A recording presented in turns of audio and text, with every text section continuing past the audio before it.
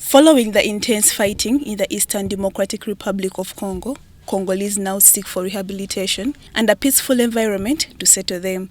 The country has now received over 1,000 Congolese refugees entering through different border points with the DRC. We are not able to establish the exact number of people, but we speak in thousands because by yesterday many uncountable people entered the country. However, at the Nyakabande Transit Center, about 690 people slept there because people were arriving at Bunagana, but the only sleeping place where the people would really sleep is Nyakabande.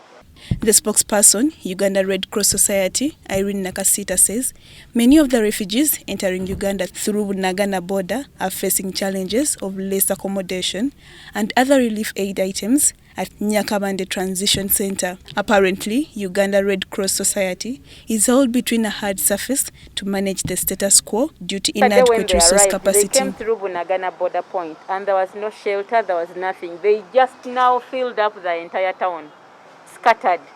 But from the meeting we had with the local district, we agreed that we find shelter. The nearest shelter in Kisoro is the Nyakabande Transit Center.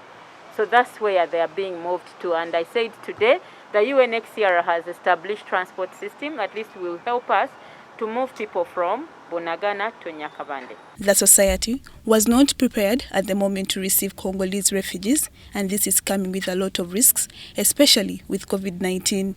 At the moment, no single refugee is tested upon arrival at Bunagana border entry. There is no modality of screening people who are entering, so you don't know who has probably a bomb or not. Yeah, then too, in terms of the risks, in terms of the health emergencies, you're not so sure who has COVID, who has Ebola, because recently DRC had an outbreak of Ebola. So all these cases are also not yet managed. But then we have many risks. Emergency wash. There is no access to clean and safe water. There are not enough latrines and toilets.